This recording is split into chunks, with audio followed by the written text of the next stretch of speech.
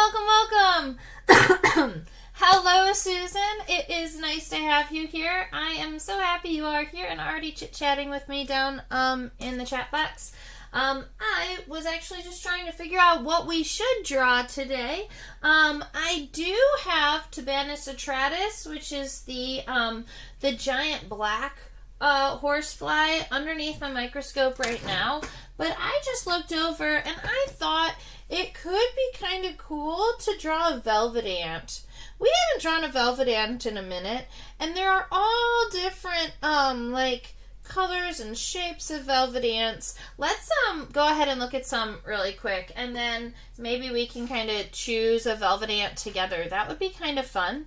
I also am using a new computer this week, along with a new like a new computer and things. So hopefully we don't have the connection issues that we had last week. But because I set up all new settings and things, I'm still working on the lighting situation, and I'm still working on some of the background audio stuff. So let me know if there are any difficulties, and I should be able to fix it, or at least annotate it for next time. Susan, you are totally right. Those are some excellent eyes, and I had put them up there because they were super cool, and I had taught a class on them last week. Like maybe, well, actually it was even less than that. It was a couple of days ago probably. But let's look at some velvet ants and see. And if not, you know, we can draw the horsefly. We've only ever drawn it once on this live stream, and at this point, this live stream's been going on for like 4 years. So we could redraw an insect if we really wanted to. So this is a really beautiful Daisy Mutilla specimen that I collected at Catalina State Park in Arizona, and it is the largest velvet ant that I have collected. In comparison to all of the other velvet ants, it looks like a giant, but under the microscope, it doesn't look incredibly large. So let's go look at some of the other specimens. We have this one here, who is a male velvet ant. You can tell because males are going to have those wings and the ability to fly. This specimen here, oh, I know what's happening. Auto exposure. Fix that. It's a little dark, but that's fine. So I believe this specimen is also a nocturnal velvet ant because I picked him up flying around at nighttime.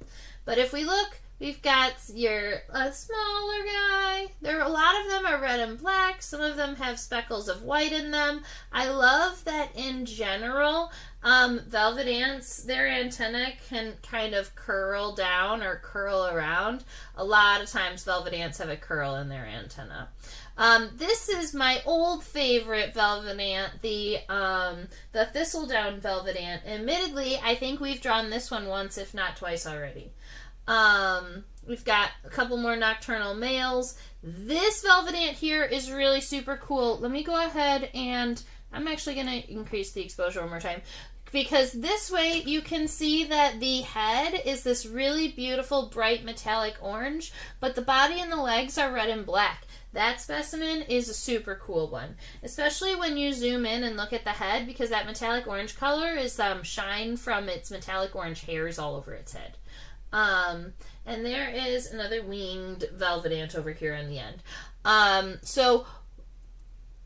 Susan, because you are here and chit-chatting with me, do you think that we should go back and draw that horsefly? Maybe, I think the last time we drew the horsefly, we drew it from a dorsal perspective, so we drew it top down, but we could draw the horsefly laterally, and if we drew it laterally, we would be able to also see the stabby part that is the mouth parts. Or we could pick one of these velvet ants. And the velvet ant here, if I was to throw this here, look at how much larger this Arizona one is to all of the other ones. It's so big.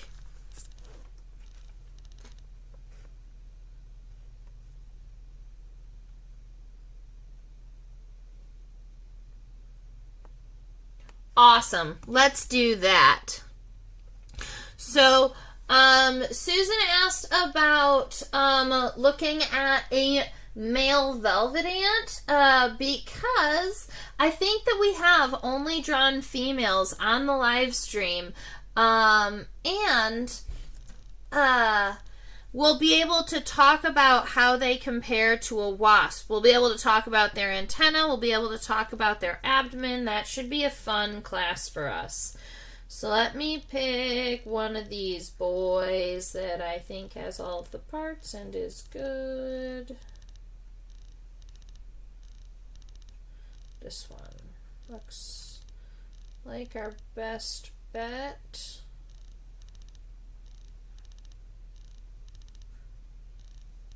Oh, that velvet ant is missing a leg and a half, and that makes me sad. Actually, this side of this ant. Let's look at this guy.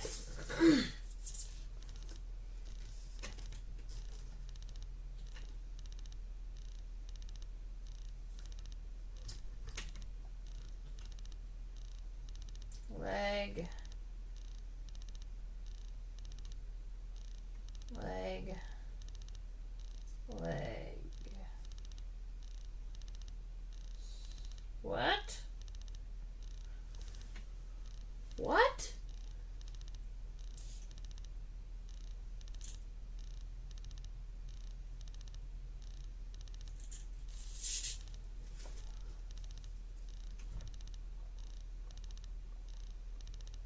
Oh. Okay. So this individual does have all of its legs. It's just that the middle leg from the other side curled over in this direction, and that confused me for a moment. All right. So we have all of the body parts on this one. We are going to draw this male nocturnal velvet ant. I do not have a species or a genus on it. I have not spent much time identifying my velvet ants, and so that is a little bit tricky, but I will go ahead and we'll give you the name for the family for velvet ants. Let me also go ahead and change the... Nope, can't do that anymore. We used to be able to change the name of the live stream while it was happening, so that... But that's okay. Guess we can't do that anymore. They changed stuff. All right.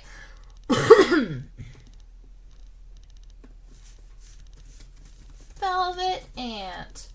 All right. Well, I didn't know they got that big. Yes, exactly. They are absolutely ginormous. And you know, the ones that are really big like that are also, they also stridulate really loud. So stridulation is that scraping one body part against another. And admittedly, I'm not sure where they stridulate from. Like what body parts are rubbing up against one another. But they do have the ability to make this really high-pitched squeaking noise to scare away predators. And their stingers are incredibly long, except not this one's. Because this is a male and he doesn't get a stinger. Only the ladies. So if you ever see a velvet ant and it's flying around, you can actually just grab it out of the air and know that it's not going to sting you. As long as you know that it is actually a velvet ant, which we are going to be talking about today, because if it is not a velvet ant and it is actually a female wasp of another kind, then you might get stung.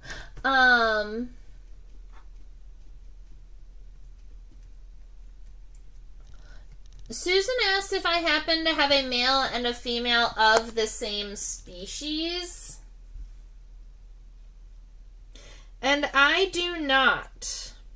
Not right now. I have in the past collected males and females in the same location, so I knew they were the same species.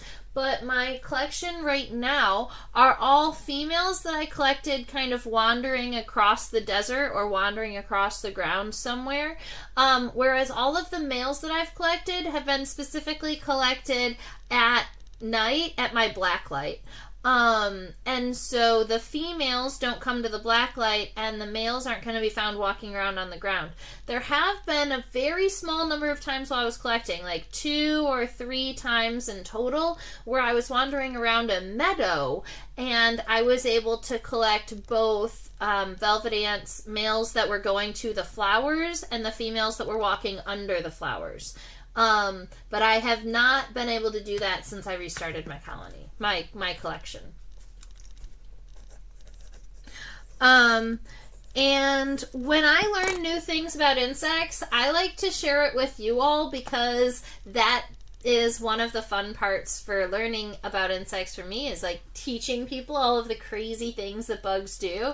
And I'm going to give you the family name for velvet ants, which is Mutillidae, but I'm also going to tell you that in Central America and down into South America, they have bees that are called vulture bees. And if you haven't looked into them, you should. They're crazy, and they make a thing called meat honey. Like they are a bee that doesn't go to flowers and pollinates. They go to dead animals and they crawl through their eye sockets and they eat carrion, like they eat dead animals, and then they fill their combs, these little pot-shaped combs, with meat, their spit, and a little bit, some of the species will throw a little bit of fruit juice, like fruit nectar, into it. And then they don't feed it to their babies for 2 weeks. And it sits in this little pot and it essentially like turns into honey in 14 days. And then they feed this meat honey to their babies. Yes, meat honey exists and it's made of dead animals. Just saying. I learned this last week and I needed to share it with you all because I had no idea.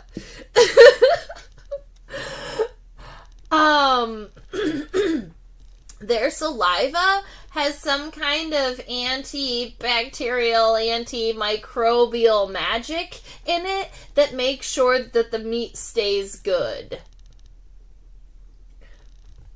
Yes, I have done enough reading about it at this point that it is edible to humans. You can eat the meat honey. Which boggles my mind because it's like rotten meat that's been sat out for 2 weeks at the minimum before you eat it. But because it is so like intermingled and intermeshed with their spit and with the little bit of sugars that they deposit into it, that yeah, it I guess is good. And I would try it, Susan. If we could get in touch, if we could get a hold of meat honey or go to like Central America, maybe we'll go to Costa Rica and try some meat honey. That would be so fun. We know some, you and I both know some people who go to Costa Rica regularly. Maybe we'll have to convince them to bring us back meat honey. All right, so we're going to go back to discussing this cute little velvet ant here.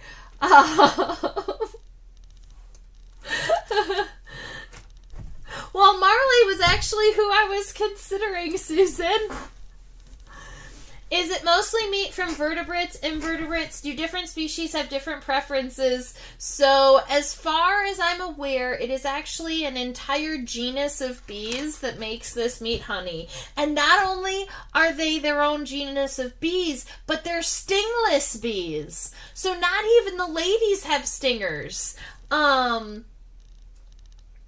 I have a picture saved on my OBS, but I've just been using it for teaching. I don't think I'm allowed to use it on the YouTubes. I have a drawing. It's a really quick bug drawing. Like a kiddo drawing, but...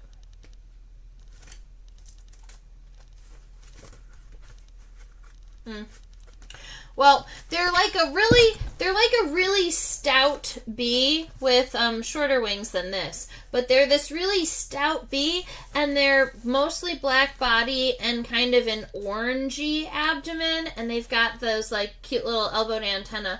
But when they and they're in this genus Trigonoma. Trigona. But instead of having stingers, they have mandibles, and they will defend themselves or defending their colony by biting it. Yeah. Amazing. So there's that.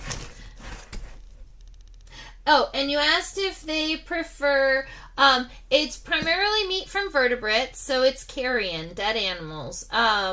They will eat both, I know they'll eat both mammals and reptiles, because I was reading this paper about them feeding on a mouse, pretty far away from the colony, and how they disperse their pheromones between the colony and the mouse to attract other vulture bees to it, because they don't dance like your average honeybee, but they do have kind of a trail pheromone that they'll drop.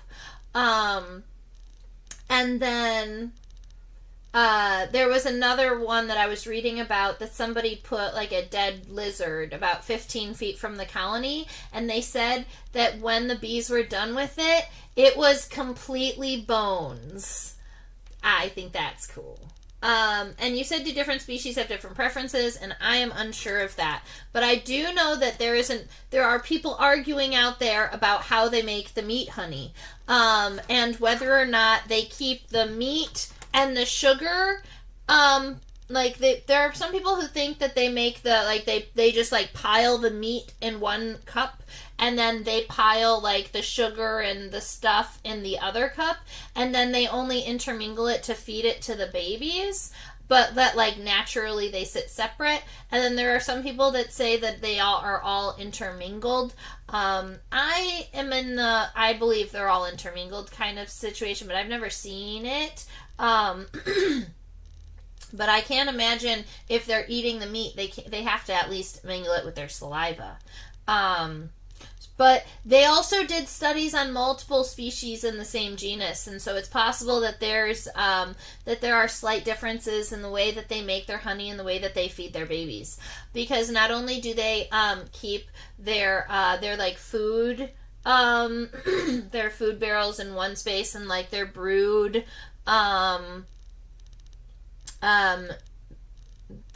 pots, I guess, in another space. A lot of the vulture bees that I was reading, or that I was like learning about this past week, the queens lay their eggs inside of the pot, and then the workers fill the pot with meat honey, just like on top of the egg, and then they seal off the egg. So they seal off the pot. So instead of the workers like mouth feeding the baby over and over again, they just drop all the food in the cell, close it off, and say good luck, which is kind of funny.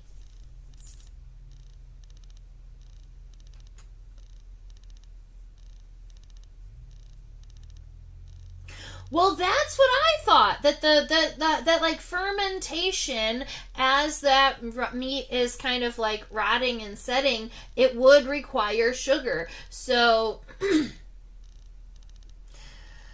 I would have to assume that they throw some kind of sugars into the meat, and there is people who had recorded that they weren't using pollen or nectar, that they were going to fruits, like bananas or apples or oranges and things. They were collecting the sugars from that. I said bananas, apples, and oranges, but essentially I meant is tropical fruits, because they're found in tropical regions, and bringing that back to the colony. I'll bet someone's done a paper where they try to replicate meat honey. I know, right? See, here's the thing. We know that honey is like one of the very, very few shelf-stable like foods out there that like honey will sit on your shelf for 150 years and never go bad. That's really awesome.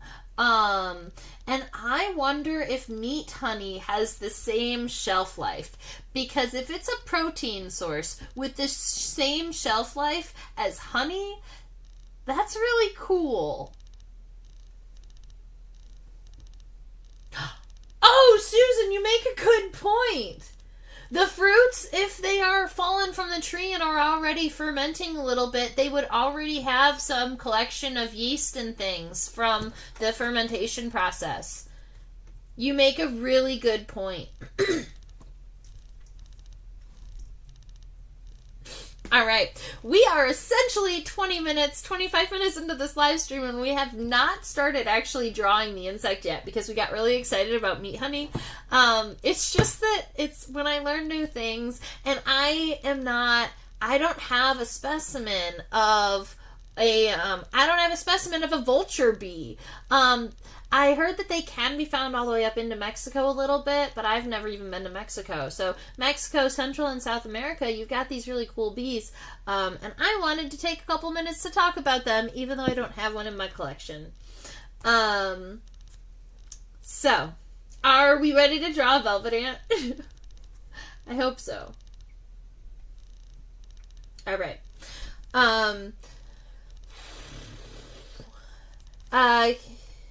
Mexico trip 2026. Meat honey. Maybe.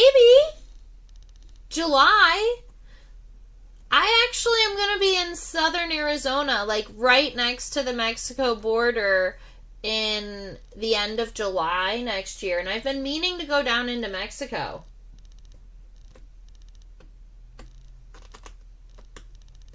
That would be really cool. All right. We're gonna get drawing on this. Velvet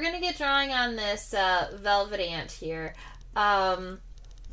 The head is a lot of times when I'm looking at bees and wasps, I see kind of like a D-shaped head, but in this case, I'm seeing more of like an upside down water droplet. It's very narrow on the base. I'm guessing that that's all of those mouth parts that we're seeing, but also I believe the front leg is kind of bent up and kind of blocking a portion of the mouth parts. And to make sure that that doesn't happen on our drawing, I'm just going to tilt this wasp is going to be able to move its head left and right, but it's also going to be able to move its head up and down. So I'm just going to tilt the head up a little bit so that it separates it from that front leg, and we don't have that problem in our drawing. So that's what this is going to look like. We're going to draw a little... an upside down teardrop. Now, that wasp head here is going to be, make sure that as you are sketching our first little line drawing here, if you are following along with me, make sure that you do this first sketch very lightly, because when we zoom into the specimen, that's when we're going to be able to do all of the fine details and things. I wanted to make my head go even further forward, but maybe that's a little too far. Maybe right in between.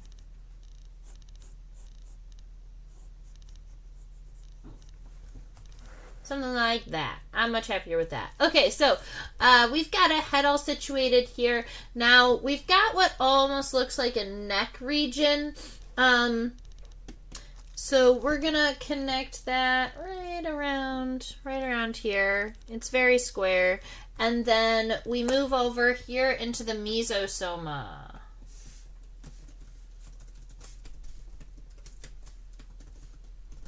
Now, in bees, wasps, and ants, what you would think we would call the thorax, we actually call the mesosoma. That's because in this middle body part right here, before that tail, the last segment is actually the first segment of the abdomen. And that caused confusion in the entomological world, because when people said the first segment of the abdomen or the last segment of the thorax, people were confused as to which part that belonged to, because it didn't seem to be a it was a segment in addition to the thorax, but it wasn't on where they were calling the abdomen. So there was all of this confusion, and so what they ended up doing is this whole body part here is the mesosoma, and then the next body part is going to be called the metasoma. Meso meaning middle and meta meaning end. Funny enough, the head, because they've already had mesosoma and metasoma, they also just went ahead and added the head as being prosoma. So some older guides, a lot of times you don't see prosoma anymore in the newer research and newer books. But if you're looking in some of the older books, when they're talking about an ant head, they call it the ant prosoma instead of the head. All right, so we've got the head, we've got the mesosoma here. I originally had made it diagonal a little bit, but it seems like the bottom of the mesosoma is actually pretty straight across. And the mesosoma runs a lot higher off of the head. Like it's significantly above the head here. I'm looking, I might need to make it just a little bit lower if I take into consideration the length of the head here. That's fine. All right, so we've got the mesosoma. And then now we need the abdomen.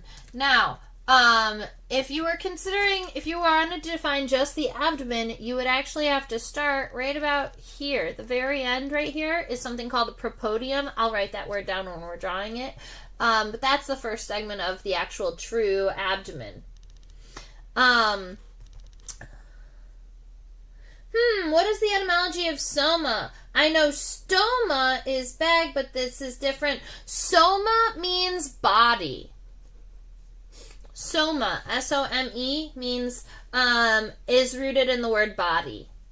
So pro meaning first body, mesosoma meaning middle body, and abdomen meaning end body, metasoma.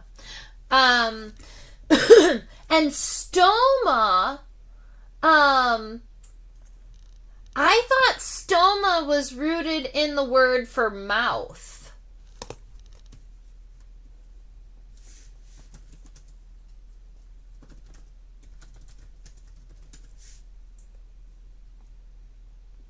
Yeah, so stoma means mouth, but I understand where you would get stoma meaning bag because of colostomies, but they're referring to the opening.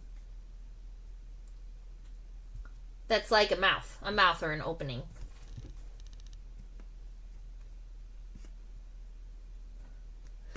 Yeah. Yep. Because there's also this fun word that I love, and it's this word here. Stomatheca. Yeah, I love when etymology and entomology combine. Yeah, me too. I love words, okay? So there's this word stomatheca, and I believe it is the mouth of a slug, but it could be a snail. It's the mouth part of an invertebrate that is not an insect. That's what I remember. But stomatheca, stoma literally means mouth or opening. It's kind of like dual. So it means mouth. And theca, it means box. So there's an invertebrate out there that has a mouth that when you literally translate it, it translates to mouth box. And that makes me smile. Mouth box.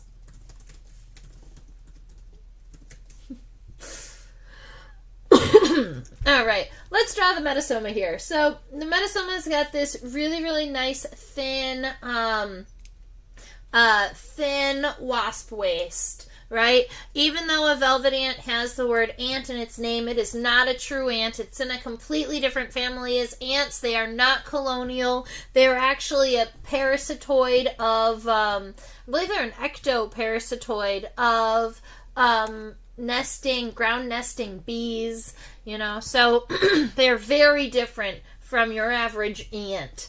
Velvet ants are a type of wasp, and they do have this nice thin wasp waist. Now, the wasp waist is regularly called the petiole.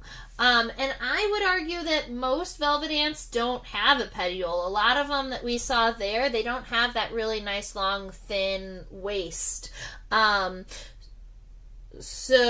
But this one does, and so I wanted to give you this name. And petiole is a fun word because the petiole of a leaf is the stem. And so if you look here, it looks almost like the stem of the abdomen, and so that's why it gets the name petiole. So I'm just going to give it a nice thin kind of rectangular petiole here. Then we get one kind of rounder segment. Keep in mind, this is my light sketch before we're zoomed in. I just want to get some approximate sizes on the paper. And then we're going to get the remainder of the medial. Jinx. That's so fun.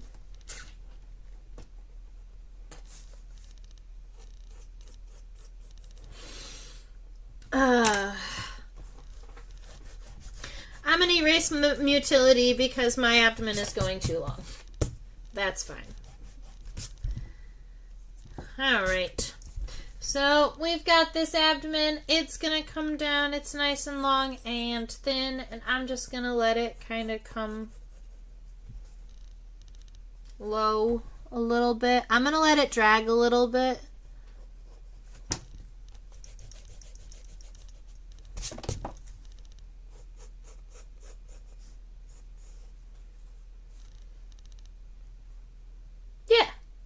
I'm pretty happy with that. So this is going to be the base. This is going to be the base for our velvet ant.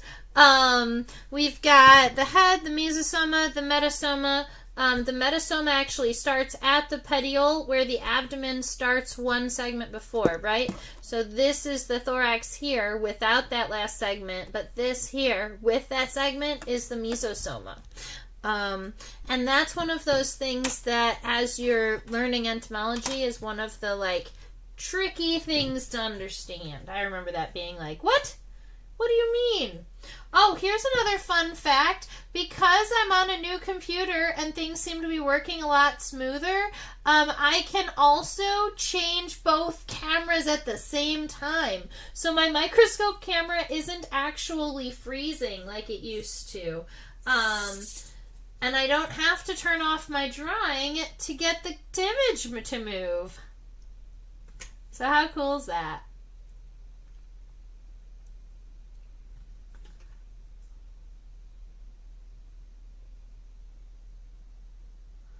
Look at those ocelli.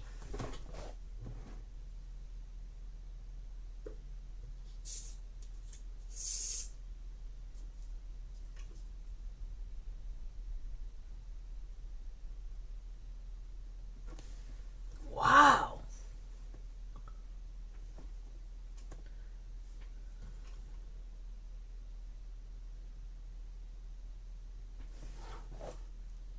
All right.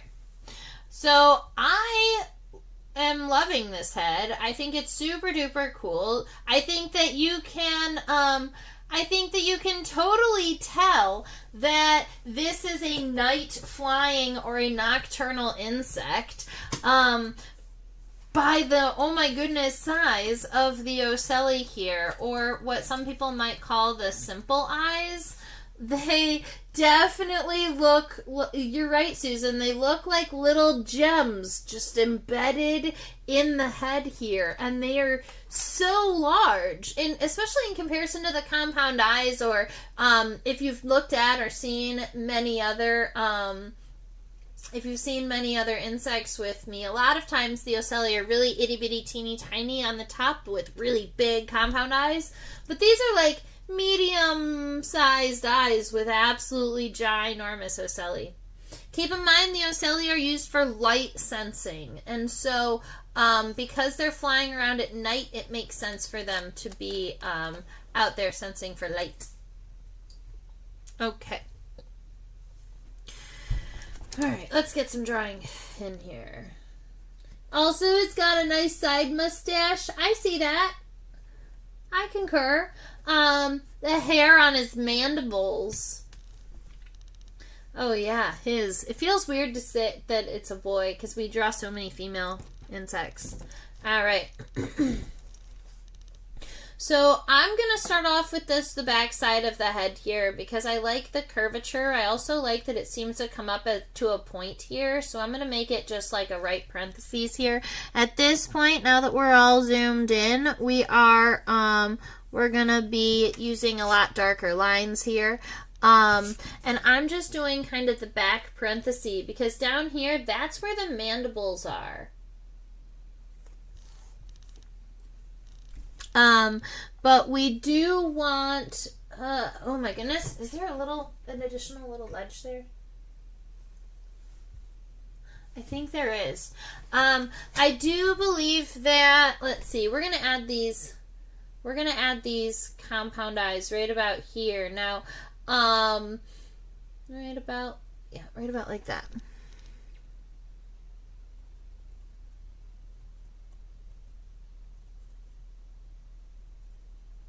Okay.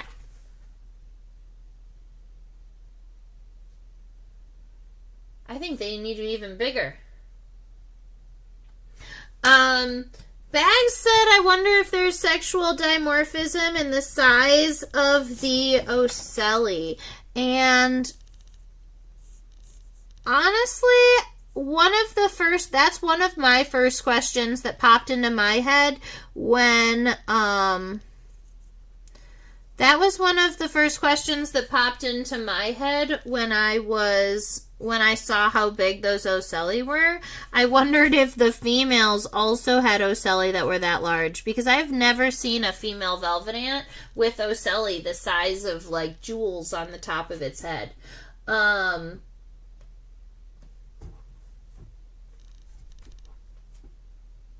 So this male is night flying, and I said I've collected mostly females during the day and males at night. Any chance the females of the same species might be diurnal?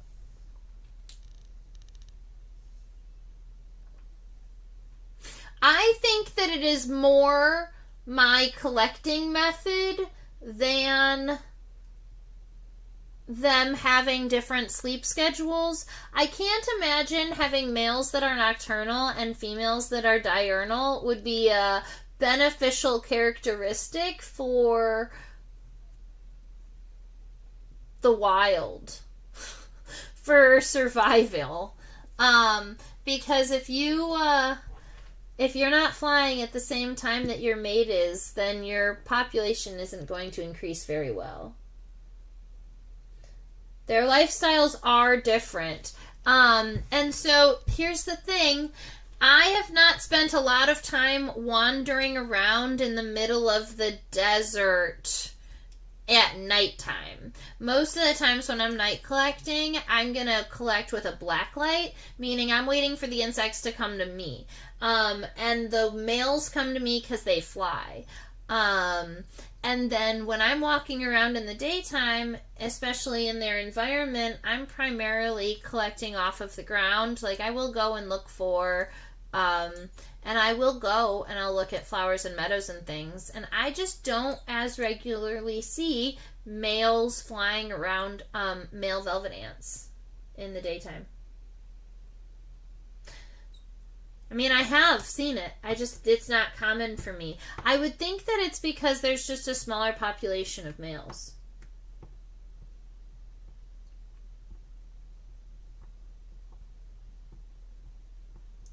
Oh, cool. So you have seen two velvet ants of the same species at the Pine Barrens. Pine Bush. All right. Let me go ahead and get these ocelli in. These are these little guys here. Let's see, one. And then one forward. And then there is another one on the other side, but it's not super visible, so I'm just going to leave that like this. The top of this head does kind of curl over, and it's going to kind of touch the top in front of that one, and the head's going to kind of come down. This is right about where we have that connection to the antenna, and we've got some mouthpart stuff happening. And I want to zoom in and look. I actually can't see this part of the head right now under the microscope without the computer because there's a slight angle difference in between where it sees and where I see. And when I look through my microscope right now, the leg is in the way. So I wanted just to zoom in a tiny bit more. Okay. So there is a little ledge kind of underneath this compound eye here. So I'm just going to go straight down and then across and then kind of back up. This is a little bit concave so that it can be a connection for the antenna. But this is right about where I think I'm going to be. It's going to come, actually, it's even a little bit too round up here. Let me fix it.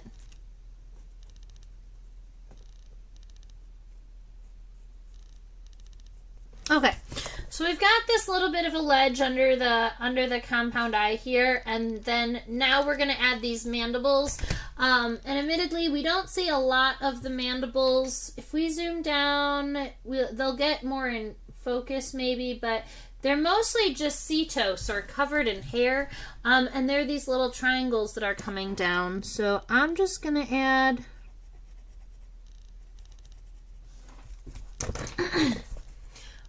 some mandibles for our bud, and then maybe even I'll add some hairs because those are realistically what we're seeing are all of these little hairs here and some here, and that's why we're not as clearly seeing the mandibles. And now let's go look at the antenna before we move on.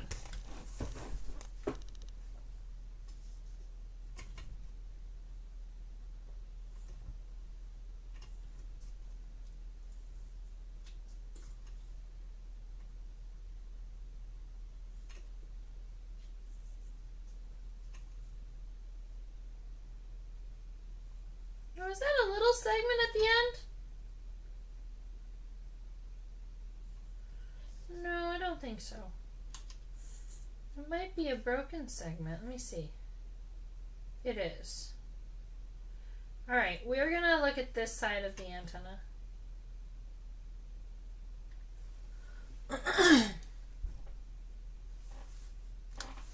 Alright, so this antenna is going in multiple directions, so it is a little bit trickier to get it so that it is all in one. Oh, there we go.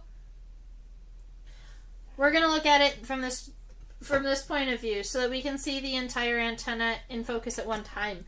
Keep in mind, we already did see where it was coming out of the head, and from this angle, there isn't a lot of perspective that you'll be able to compare it against outside of the length of the head and then how far back it goes on the body, but we're going to say that it's going to go right back to around here. So if you were to take a line and come back kind of out like that, that's about where we're going to be. But I think I'm going to make my antenna go up and curve backward. Okay. Kind of probably right around that length.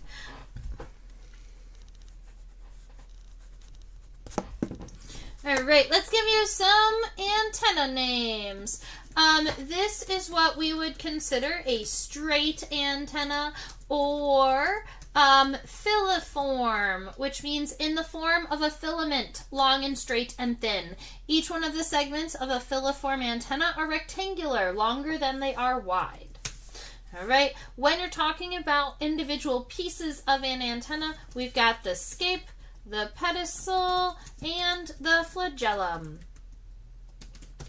The scape is the first segment, and it looks like it's kind of narrow at the base and then widens out like a big square fan. I don't know if you've seen those, or like a paddle.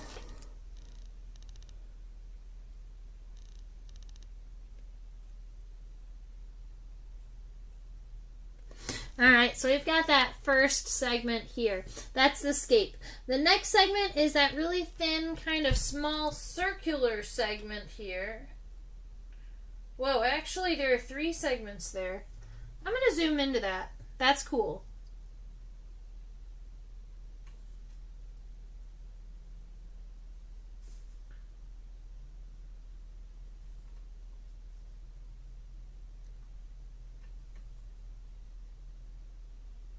Look at the segments. So you've got the scape, which is that first one, and then you have what almost looks like this little like pancake type segment. That's going to be the pedicel. And then there are 2 segments, 2 very round segments of the flagellum before it even gets to that big rectangular portion. So here we've got almost like that really thin kind of pancakey segment for the pedicel. And then you've got 2 kind of round and short segments that are the flagellum before you even get the first rectangular segment here. And then of those, there are 1, 2, 3, 4, 5, 6, 7, 8, 9. Oops. My camera. We're going to try again.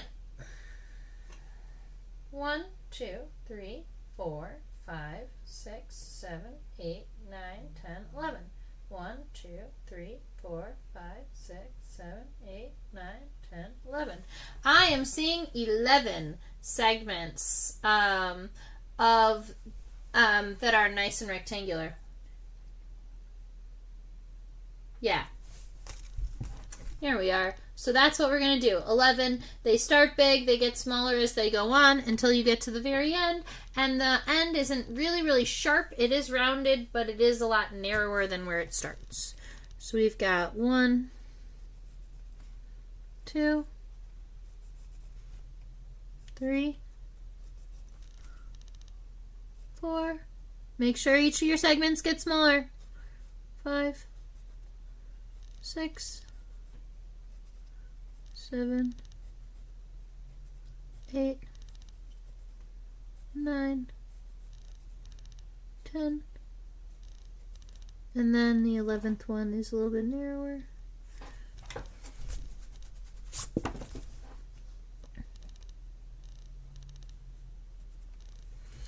Alright, so something along that lines.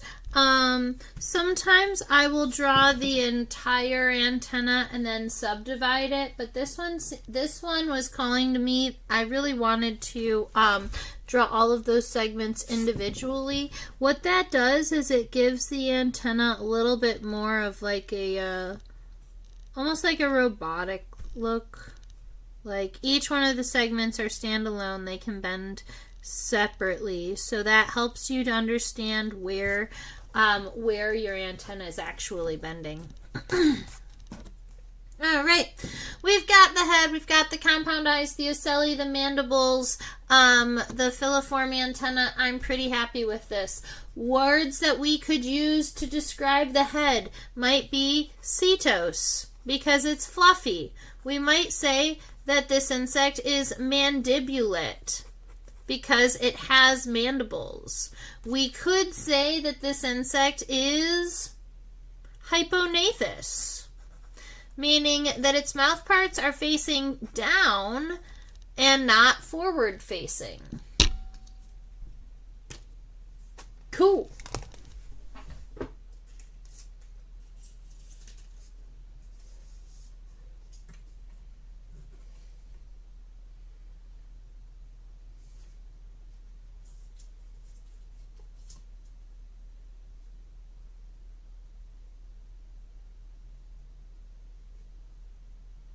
That's not something that I noticed before.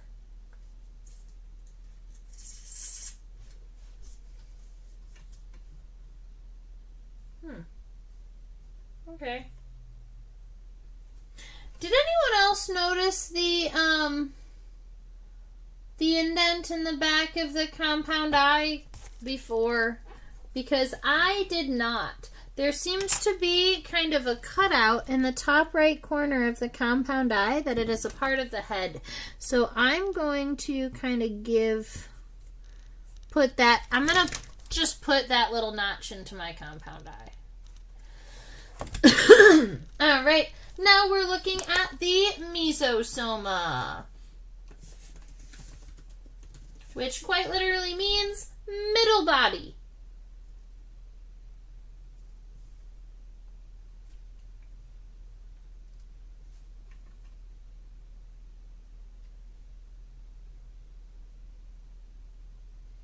All right. When we are looking at this here, I'm gonna say we're looking at this kind of neck region here, and I think that our neck might be just a little bit low. This seems to be connected right about at the level of the eye, and I think we want it to be connected above the eye, it looks like. So I'm actually going to be connecting my neck, my velvet ant's neck, a little bit higher. And then I am going to make it a rectangle that kind of sits that sits like this. It's not going to connect at the top to the head. It's just going to connect to the head at the bottom, because you see there is that separation here that we're seeing in this drawing.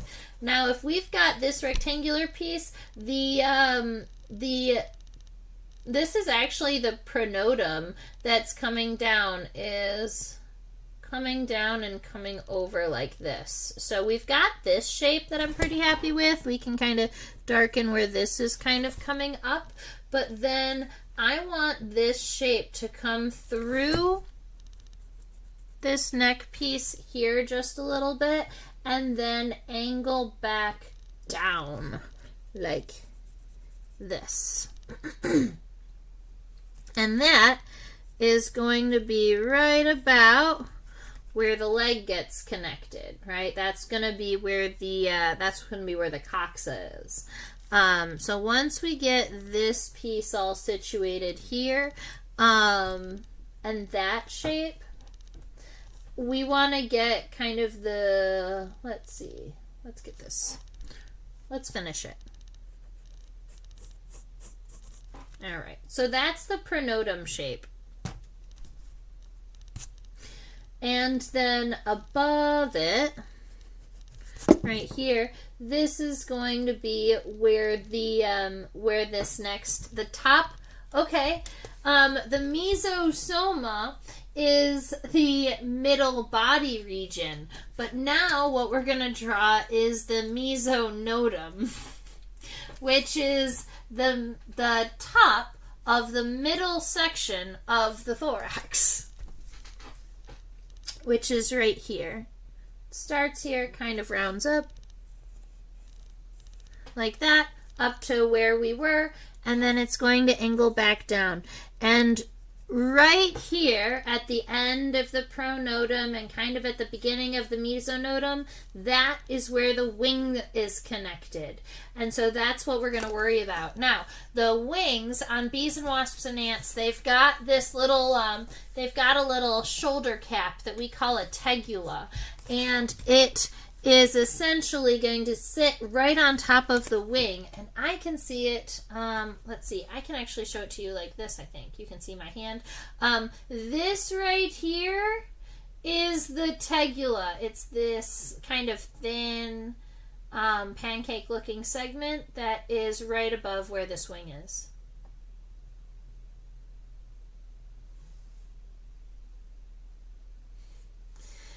I added the notch and it made him look very concerned.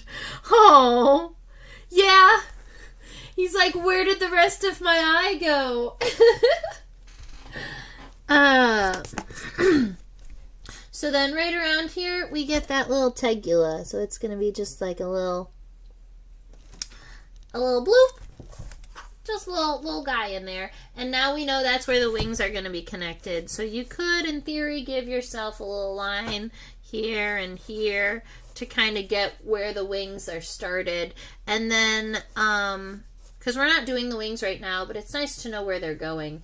And then right behind it, we're also then going to have the hind wing coming out. So I'm just going to add some lines in there where the wings are going to be connected, and I'm not going to worry as much about the body part there. So I'm going to go up here to where the front of that wing is going to be, and then I'm going to come all the way back here to where that hind wing is going to. Oh, I need to make that take up less space. So let's see, front wing, and then hind wing.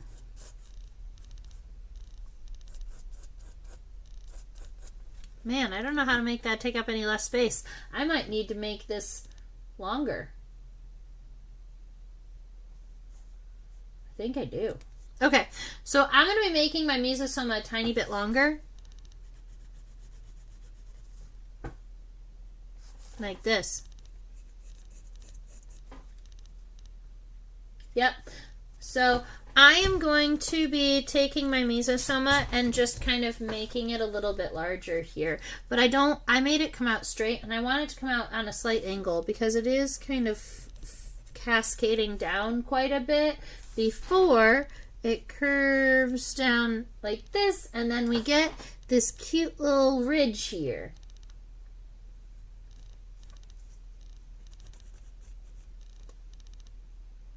All right, and that is actually going to be where the coxa of the hind leg is connected, right there at that ridge. So we're going to let that little ridge do all of the talking, and then we're going to come back up in this direction. Keep in mind that there is going to be some kind of triangular coxa coming right off of this piece, but we want the body to actually be connected up here to the pronotum. There is a very kind of a smooth underbody between the front and the middle legs here. So we're going to create this little bit of a U, kind of a convex body down here. And then right about where this, so we have this little ledge for the hind leg, but we're going to come in and then make another kind of little ledge for the middle leg. So you'll see we have kind of a ledge here and a ledge here. We're also going to have this piece here for the front leg.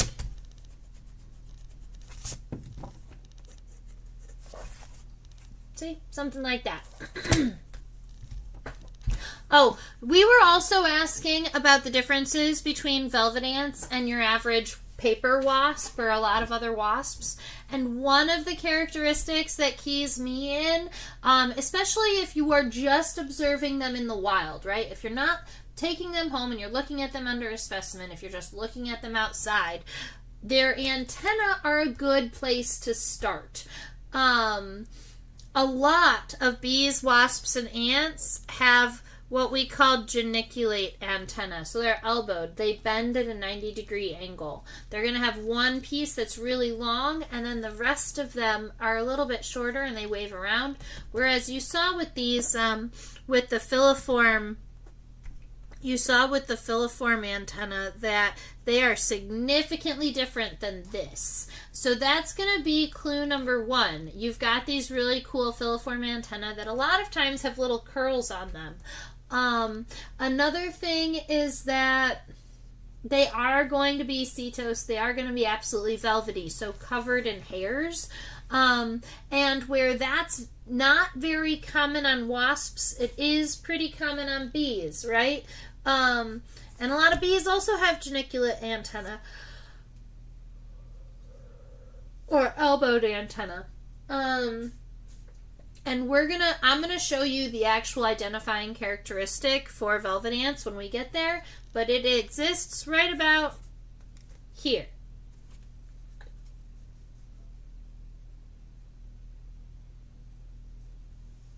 You might see male velvet ants more often than you realize and assume they're cribronids. What environment would you be seeing them in?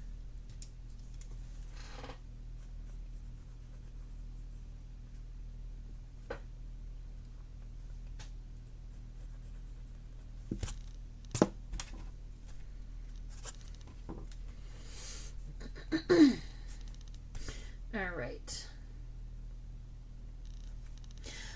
So we have the, this is technically the pronotum. I'm not exactly sure what we would call this piece here on the side. I would probably call it a meso. What's the one on the side? Notum? Sternum?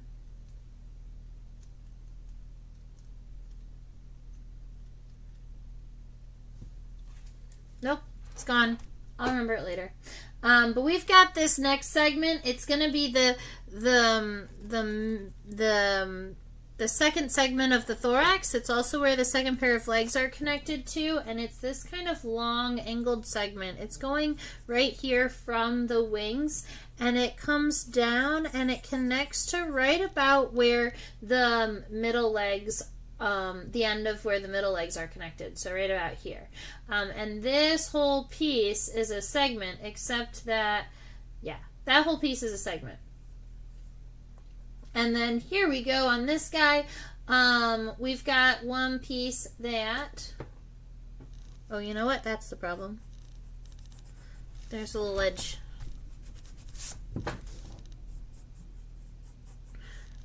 We've got that little edge there, and then we've got another piece that's coming out and coming this way, and that's going to be right about it. Got that cute little edge. Boop. Okay. That's close. So there we go. We've got the mesosoma all sorted out. We've got some of those sclerites or some of those plates in there.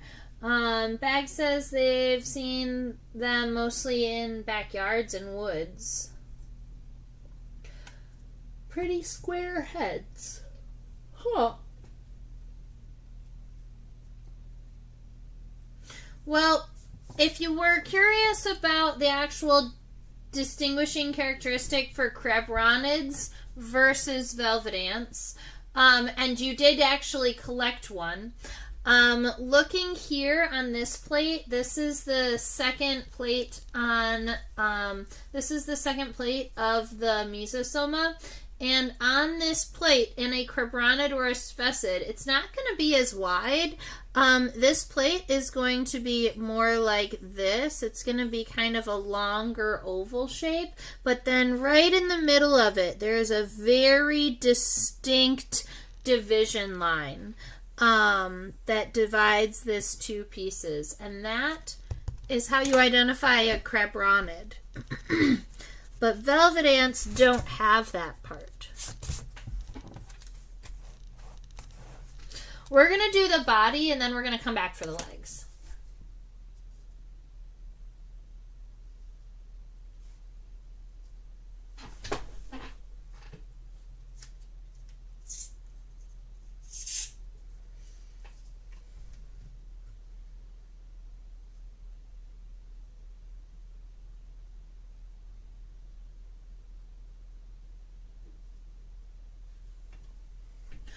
One of the things that I love about this velvet ant is that the abdomen or the metasoma is absolutely covered with fine white hair. Very specifically white hair that is hard to see unless it's like glistening in the light or amongst a shadow. And I am thinking that if I flip my background over and I make it black rather than white, we might be able to see how incredibly white and fluffy. Oh my goodness, look at how adorable it is. Look at it.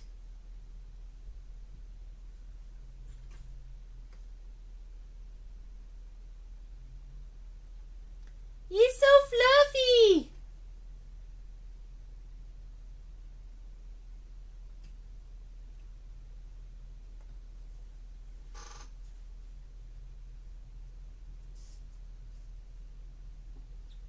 I love that.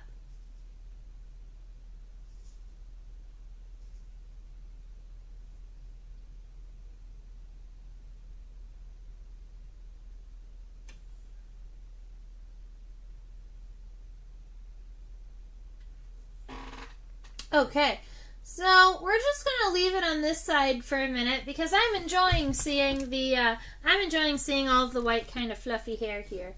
If it bothers anybody that we flipped over to a black background, you can let me know and I can fix it, or flip it back to white. But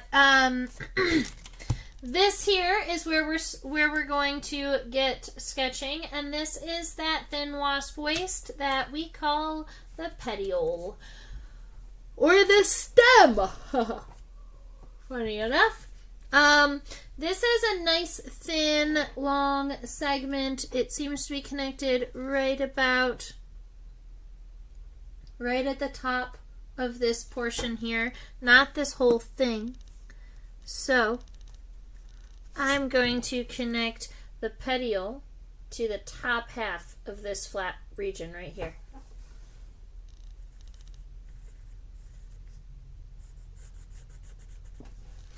I am going to let it get a little bit wider by the time it gets to the end.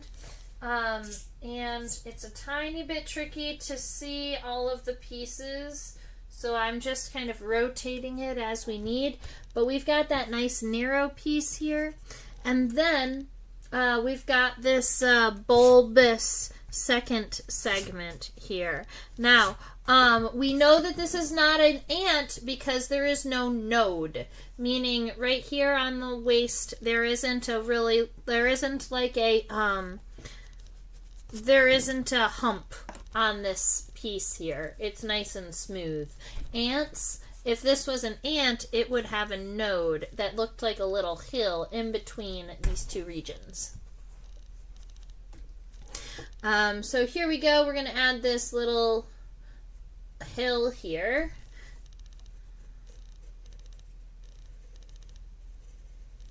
There we are.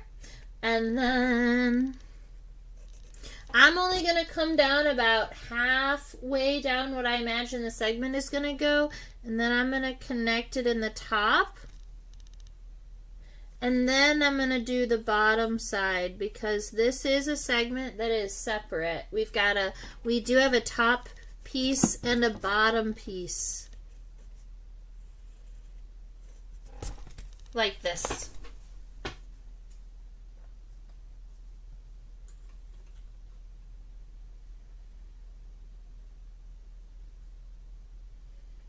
And here we go.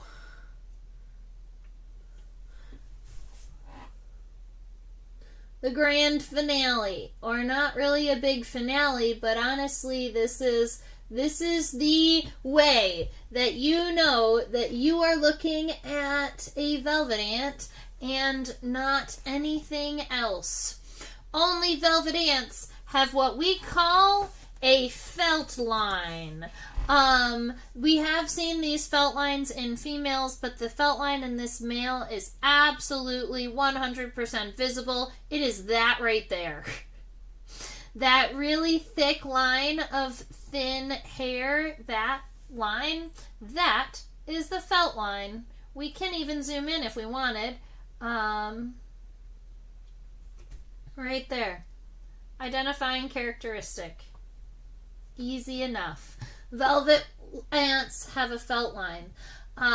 It is always right here in that first really large segment of the main region of the metastoma, right about here. It's also always on the tergite, so it's always on the top segment, right above where it curves. So you can see this is the lateral line, and it comes down and ends right about here. Right? But there's more segment underneath. So there we go. Right there is the end of the top of the end of the tergite, and then you go right here. That's the felt line. It's so cute. It exists.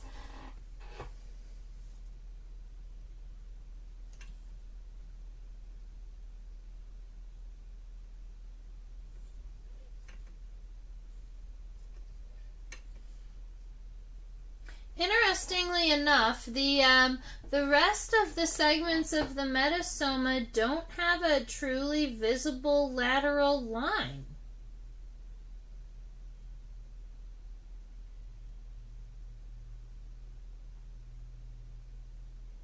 That's weird.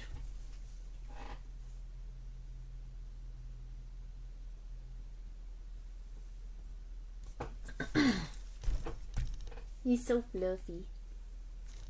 All right, I'm gonna make sure that the that this abdomen does stay really, really nice and narrow. So I made it a little bit extra bulbous on the top here, and I'm gonna kind of calm that down. So I am just gonna kind of give myself another line to work off of. I think that this looks much more realistic for a male velvet ant. Now, if I go approximately halfway down the metastoma here, and I give myself a line, that is going to be essentially the first segment. Now, I just want to count how many segments we've got here in this portion.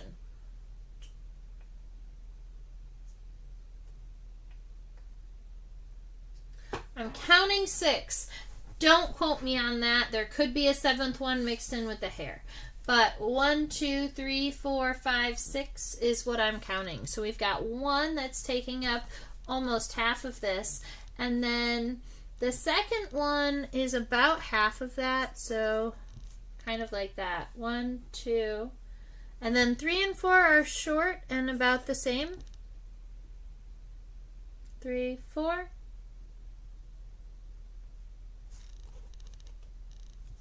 And then 5 and 6, which means that we either have to shorten the metastoma a little bit or make the segments a little bit bigger. So what I'm going to do is I'm going to make the segments a little bigger because I don't think it needs to be shorter.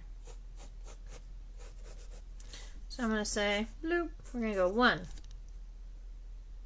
That looks so big, but I guess that's right. 1, 2, 3, 4, 5, 6.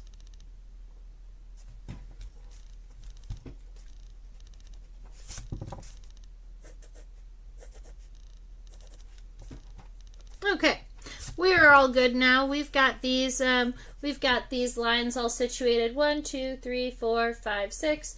1, 2, 3, 4, 5, 6. We've got segments all sorted. Good. Now, on this first segment, I'm just going to draw just this first one. So it is a little bit convex. It does come down, but instead of coming straight down, I'm actually going to come a little bit angled in, like this. And then I am not going to go all the way down. I'm going to get right about here. That's about 2/3 of the way down. And then I'm going to reconnect. I'm going to come over here to where this lateral line is. And then I'm going to swoop down to it. Swoop down. Then we still have this bottom segment here. And what it's going to do is it's just going to follow this line, and it is going to go all the way out to where that first segment line was going straight down. And then it is going to come back to this point here too. So we've got this kind of shape happening. That's why this line is so important when we start off, is because we want to make sure that these points are even on the top and the bottom. We do need to make sure we draw that felt line because it is so important. So right about here, the felt line is always going to be found in the exact same spot of every velvet ant out there. All right. The other thing that cribronids aren't always fluffy. So velvet ants are physically like, they look like a wasp, but you can tell that they are absolutely covered in seedy, covered in hair. Now, this next segment here does have a lateral line, but it is not connected to this one. So we can kind of just avoid this line altogether now. These ones connected, but that's what I was realizing is a lot of times these lines kind of connect all the way down, but in this velvet ant, it does not. The next line, actually, if we were to follow this, we would have to take it kind of step all the way down about halfway, and that is where the next line is, and it kind of comes up and is convex like this. And then we've got where this line connects, it's going to go out a little bit. All right, so we've got something that looks like this. And then the remaining segments are all individual segments, but they do seem to kind of step downward a little bit. So what I'm going to do is I am going to kind of follow this line, but I'm going to make sure that my abdomen starts to get pretty small. And then I'm going to curve that in. And then I am going to take another line that's equivalent to that and curve that one in. And then we have two smaller ones, and these ones do have kind of these little steps to them.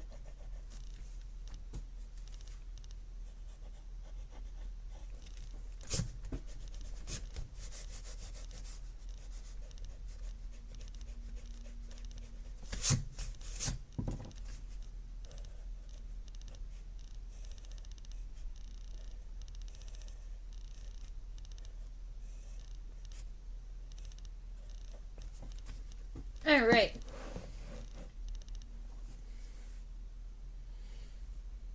I think that that's pretty close. Admittedly, I think that my abdomen got too small for the body, but by itself, it looks pretty decent. I'm happy with it. Okay.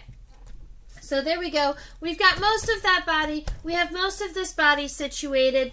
If you want, and you were adding all of this texture, you can obviously add all of these really fun hairs all over its body. You're also going to have hairs that are all over the physical body, not just over along on the edges. It's just that the ones on the edges are easiest to see because they are catching the light the best. And the ones on the edges are going out on the same plane that's in focus, whereas the ones that are coming up towards you are technically there, they're just out of focus, and because they're so small, you can't see them.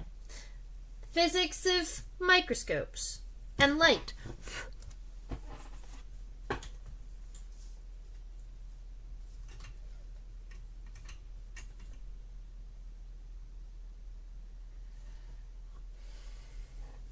All right, it's time.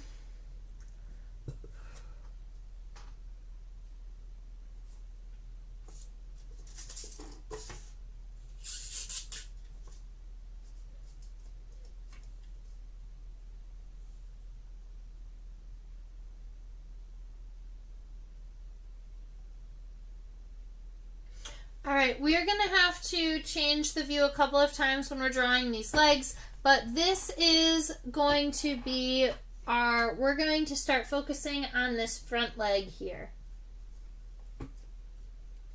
So that I don't have to erase and rewrite words over and over, I am going to write all of the leg words.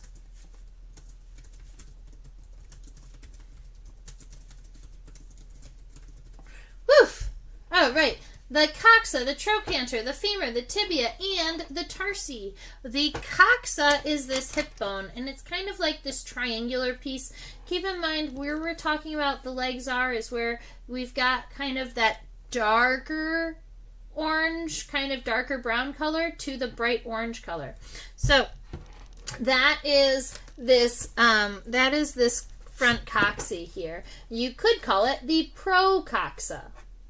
And the procoxa is wide at the base. It comes down. It gets a little bit narrower. So the procoxa is going to be something like this. A lot of times the procoxa lengthens the front of the mesosoma a little bit. So you can follow that angle as it's coming down to help guide you. The next one is the trochanter, and this is kind of like the knee. It helps point the leg. So if you want the leg to be right in its face, you're going to point it in this direction. But if you want the leg to point a little bit down, then you have to change the angle of the trochanter. That's going to be narrow here on the base and then wider towards the femur.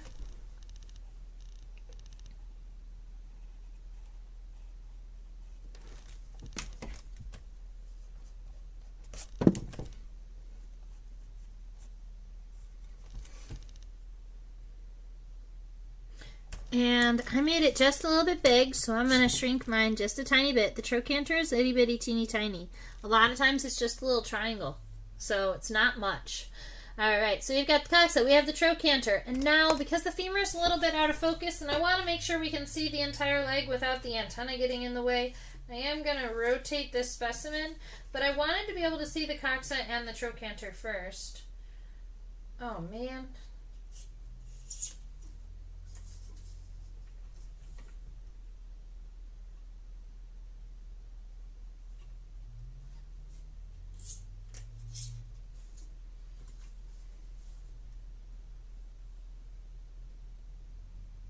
Alright, so this might be the best view that I've got, and admittedly there is a leg in the way, but we are going to do there's an antenna in the way, but we're going to do our absolute best.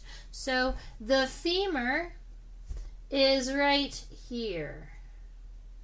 Alright, it starts here, it's coming up. From this angle, it looks like it's about as long as up to the eye, but it's going to be a tiny bit shorter than that. That's just the angle that we are sitting on here.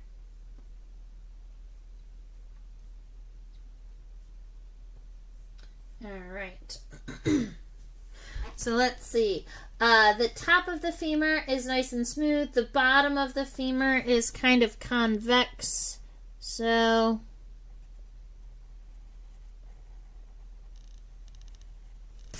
that's going to be my femur coming up. I'm going to say that it is just short of these mouth parts here. And then the tibia coming down is about half of the length of the femur. And it's got this really cool kind of curved tibial spine on the front legs that I personally thought was going to be used to kind of be an antennal cleaner. But because this is a male, it could also be used to hold on to the female. And I'm not sure which one it is. So I'm going to see if we can zoom in even further and check that out.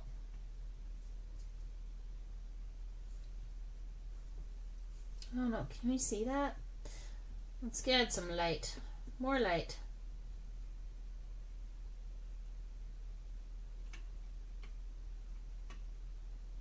More light? All of the light.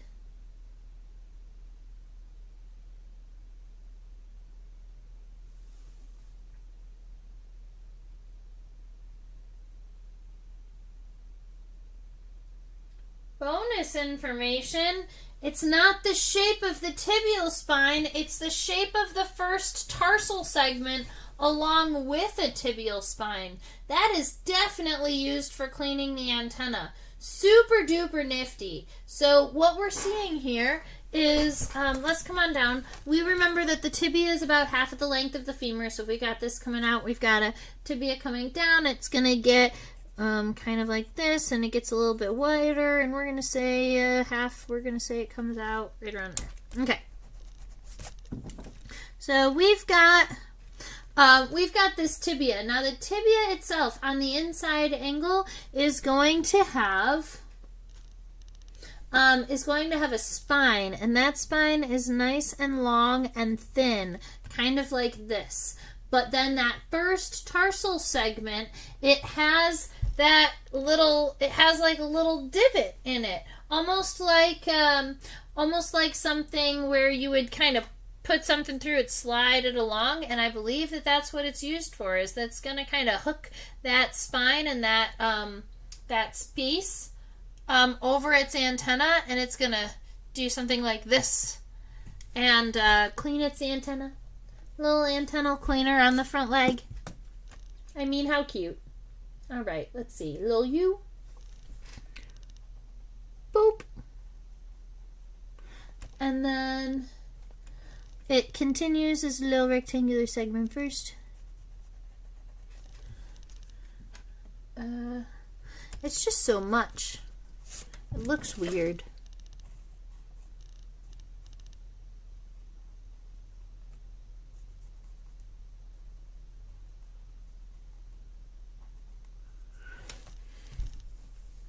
I guess it's the best I can do, and it's realistic, so that is that first tarsal segment. Let's go count how many other tarsi this velvet ant has.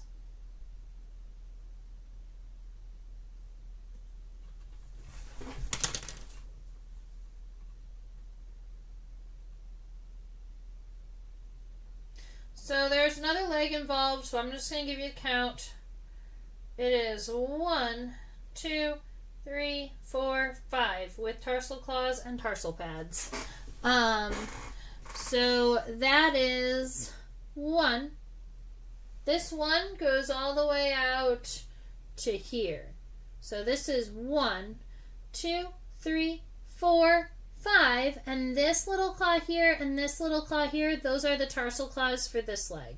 So we do have an eye on all 5 tarsal segments here. It's just a little bit trickier to see.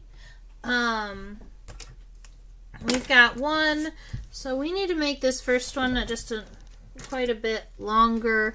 And what I really want is for my wasp to look like it's kind of how it would be if it was walking. And my issue is trying to imagine that, because we have this spine here, but it should, if it was alive, this front leg would be kind of going forward. So maybe I'm going to put the spine coming out in this direction and that going out this way, and then when he cleans, he has the ability to close that. So that is 1, 2, 3, 4, raindrop is 5. So it's 2 rectangles, 2 triangles, and a raindrop.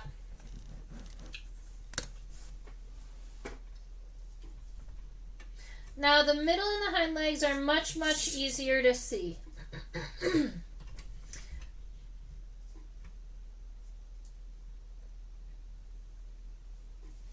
And I will add auto exposure back so we're not so overexposed on our image. And then maybe we'll increase it a little bit just to give us some wiggle room here. There we go. So the middle leg is this one that's a little bit lower here, and the hind leg is the one, this is the middle leg here, and then the hind leg comes up quite a bit further.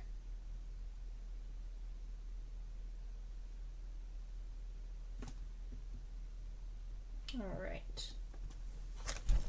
So for our middle leg, notice that there's all of this space here. There are no legs here. There's a front leg, and then the middle and the hind legs are way back here. So you actually have a little bit of like weirdness happening, which is why I wanted to make sure this front leg didn't come backward, because naturally this insect needs to have some leg up here in the front to help keep some balance. Now we do have the coxa, the trochanter, the femur, all of those things again, but the coxa and the trochanter on the middle leg look like they are more rectangular over this. So I'm gonna say we've got 1, 2, and honestly that's what it looks like to me. We've just got kind of these pieces here, but admittedly I think, oops, I bumped it. I think that the end of the trochanter should be like concave, so that when we put our femur in, it's going to look right. So we've got a femur. Now look at the length of the femur. It is not very long. I would argue that it's probably the same length as the front femur, but the hind femur is going to be much longer. So I want you to kind of take this leg, at least the femur and the tibia and the tibial spine, but not the tarsi yet, this portion, and put it here going backward. So that's going to be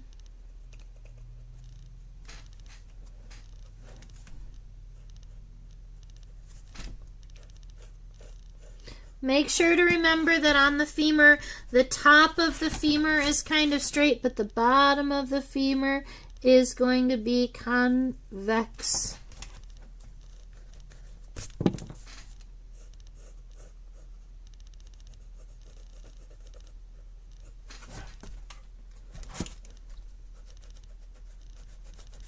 But not so convex. Sorry, my femur's gone crazy. There we are. Alright, so we've got that femur coming up. We're going to add the tibia coming down. That tibia is narrow in the beginning, wide at the end, about half of the length of the femur, and has a spine, right? And that spine is on the inside. Now, if we were going to zoom in and check out those tarsal segments of the middle leg here, and I might actually turn our specimen sideways, just like this. That is 1, 2, 3, 4, 5.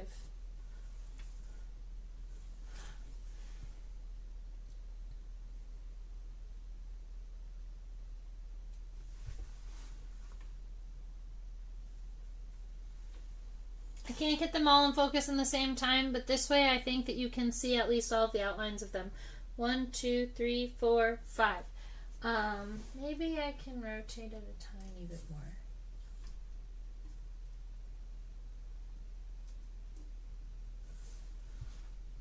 That's way better. Okay.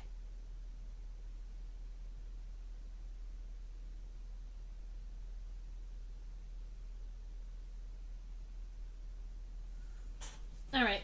So we've got tarsal segments here, or the tarsi. We have 5 of them, 1, 2, 3, 4, 5, and there are 2 little tarsal segments at the end. Keep in mind that these are going to be approximately in total the same length as these, but maybe a tiny bit longer. So that's going to be something like 1, 2. Made the first one too big.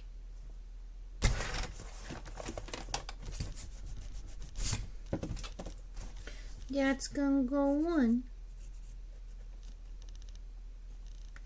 2, and then 3 and 4 are tiny in comparison. 3, 4, and then that raindrop with some claws. So we've got a middle leg, we've got a front leg, middle leg, front leg. Now we need a hind leg.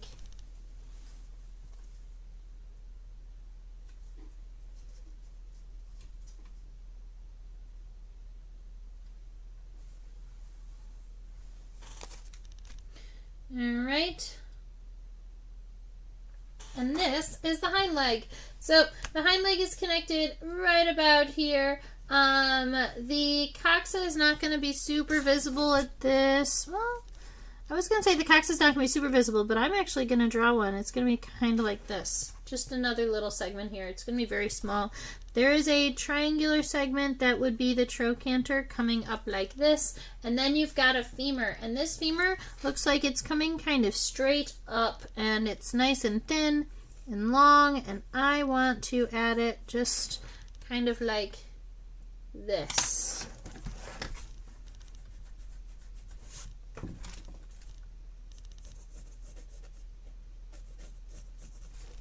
So we've got a femur that's coming up.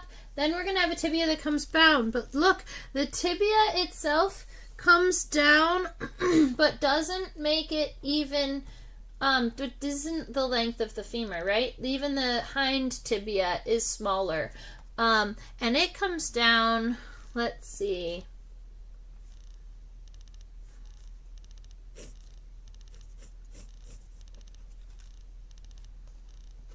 That is too long.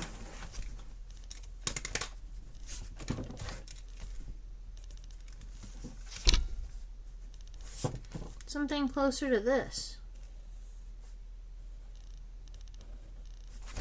And then let me erase.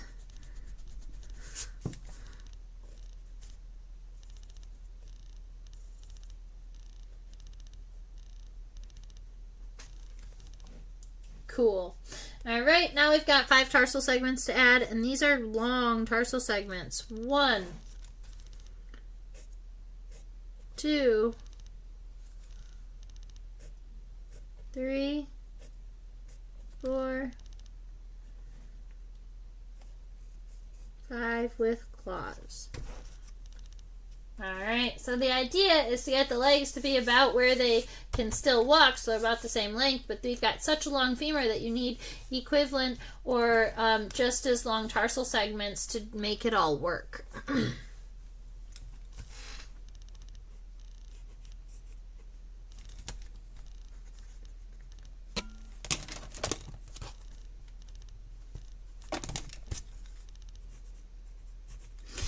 All right, and that is the legs. Now, we did not do much with wings. Wings and wing venation on velvet ants are not regularly going to be one of those things that are identifying features, right? I've never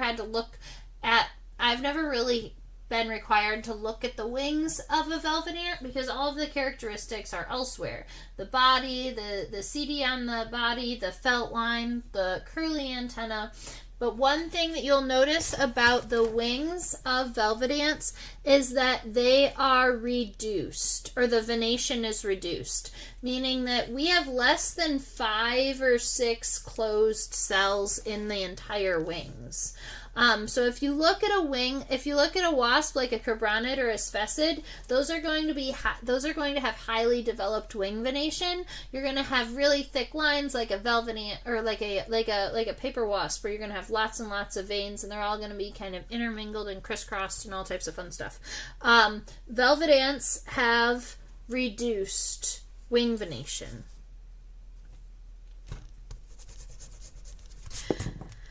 All right.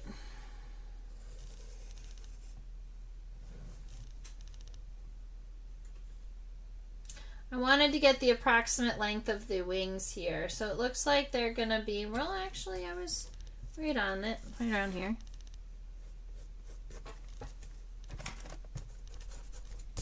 All right, so we've got front wing coming out, coming back, coming through. All right. So we have a front wing, and then we're going to have a hind wing, and the hind wing is also, it's connected in here, but it's going to be more like this.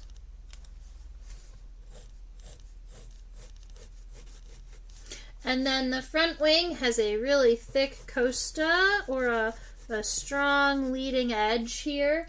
I also see a handful of closed cells, so we can say that it almost looks like there are 2 marginal cells. So 2 cells right here on the front margin of the wing, and then you've got another little one, and then one more, oops, something like this, and then a series of 1,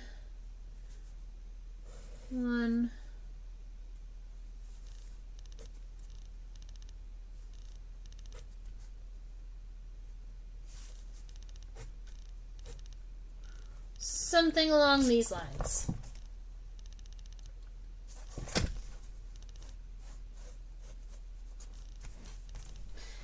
All right. Woof! That was a whole task. This velvet ant here was a little challenging for me at times. I really enjoyed sketching it. I find that the easiest part for me was probably once we got into, you know what? Maybe it was just challenging for me. I really liked looking at that wing venation here, and getting into that hind leg after I had the front and the middle legs was pretty good. I found, I guess, the size of the abdomen or the size of the metasoma in comparison to the mesosoma a little tricky. I think that I started off a lot wider, but then I shrunk it to make room to shrink the number of segments. Anyway, it's always fun to hear from you how you feel like you did, or easy places or difficult places to draw for you, or if there was anything fun that you learned, you can go ahead and share it in the chat. You know what? I always ask my students at the end of classes, what was one thing that you learned today, or what is your favorite thing about the insect we talked about? And I find that they come up with the coolest things. They pick these like little micro facts out of the lesson sometimes that I don't even realize that it's one of their favorite things until they get to the end, and it's like, oh, my favorite thing was this little part right here. And I've always thought that was cool. So if you wanted to share with me what your favorite thing you learned was today, or like maybe your favorite part of the velvet ant, or your favorite thing to see, that's kind of cool. Plus, I think that it also helps you remember It helps you like to think back over the class and remember all of the cool things that we got to talk about. And next week I should have this lighting situation figured out so I won't be partially invisible. Bags says they learned a lot about velvet ants. A lot about velvet ants. That's cool. I'm happy for that. And meat honey. I mean, meat honey was one of my favorite things that I taught about today because I taught about it into 2 different student classes and in this class because I learned about it last week and I couldn't help myself. So meat honey is my new favorite thing.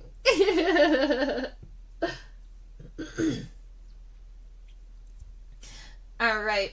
Oh, and because I'm on a new computer, I didn't load an outro slide. So, you're not going to see the normal slide with my logo and things like that on it. I am driving to Baltimore, Maryland tomorrow. So if you are in Baltimore and you want to come out and see me, I'm going to be at the convention center on Saturday and Sunday holding my tarantula with people.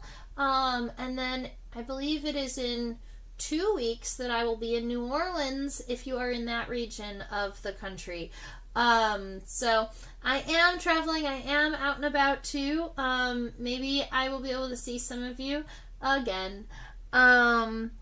I look forward to seeing you next week. All right. I haven't decided what we're drawing next week, but I'm sure that we will figure that out. You are so welcome. I want to say thank you, Susan. Thank you, Bags, for chit-chatting with me in the chat box. I always love to answer questions and hear from people. It's one of my absolute favorite things. All right. I hope that you all have a fabulous rest of your week and stay buggy. Bye.